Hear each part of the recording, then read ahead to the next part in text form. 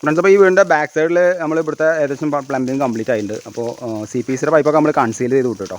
കാരണം അധികം ഒരുപാട് പൈപ്പുകൾ ചുമരിൽ വരണ്ട വെച്ചിട്ട് നമ്മൾ ആ കാണുന്ന ഭാഗമൊക്കെ നമ്മൾ എന്നിട്ട് കൺസീൽ ചെയ്തിട്ട് അവിടെ തേച്ച് കഴിഞ്ഞാൽ പിന്നെ അവിടെ അധികം പൈപ്പ് ഉണ്ടാവില്ല, ഓപ്പൺ അടിക്കേണ്ട സെറ്റ്. ഇനി ഈ സൈഡ് നമ്മൾ കൺസീൽ ചെയ്തിട്ടുണ്ട്, ഇവിടെയും കൺസീൽ ചെയ്തിട്ടുണ്ട്. അപ്പോൾ ഈ കാണുന്ന പൈപ്പ് മാത്രമേ ഓപ്പൺ ആയിട്ട് കാണുള്ളൂ. പിന്നെ ആ അറ്റത്ത് കാണുന്ന 3 ഇഞ്ച് പൈപ്പ് ഇതിൻ്റെ മുകളിൽ നിന്ന് ടോപ്പിൽ നിന്ന് വരുന്ന മഴവെള്ളത്തിൻ്റെ പൈപ്പാണ് കേട്ടോ. അത് നേരെ തുളച്ചു. അപ്പോൾ എന്താ കഴിഞ്ഞാൽ വാർപ്പിൽ നിന്ന് നേരിട്ട് വരുന്ന വെള്ളം നേരെ കംപ്ലീറ്റ് അതിൻ്റെ താഴേക്ക് വരും. മറ്റേത് എൽബോ ഫിറ്റിങ്സ് ആകുമ്പോൾ വേറെ ഒന്നുമില്ല, കാണുന്ന ഫ്രണ്ടിൽ നിന്ന് നോക്കിയാൽ ഭയങ്കരമായിട്ട് ബോറായി തോന്നും. അതുകൊണ്ട് നമ്മൾ നേരിട്ടാണ് തുളച്ച് വെച്ചത് കേട്ടോ. 20 ഇഞ്ച് ഗ്യാപ്പ് വെച്ചിട്ടാണ് നമ്മൾ എല്ലാ ക്ലാമ്പും അടിച്ചിരിക്കുന്നത്. അപ്പോൾ 4 ഇഞ്ചിൻ്റെ എയർ പൈപ്പ് സെപ്പറേറ്റ് തന്നെ മുകളിലേക്ക് കയറ്റി നിർത്തിയിട്ടുണ്ട്.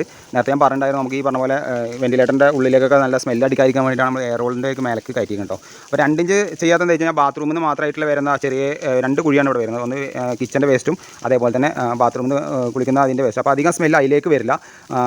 ടോയ്ലറ്റിൻ്റെയാണ് ഏറ്റവും കൂടുതൽ സ്മെല്ല് വരിക. അതാണ് നമ്മൾ അതിൻ്റെ മുകളിലേക്ക് കയറ്റി വിട്ടിരിക്കുന്നത് കേട്ടോ. അപ്പോൾ ഇനി ഇത് അടുത്ത സ്റ്റേജിൽ ഞാൻ നെക്സ്റ്റ് വീഡിയോയിൽ ഞാൻ ബാക്കിയുള്ള കാര്യങ്ങൾ പറയാം.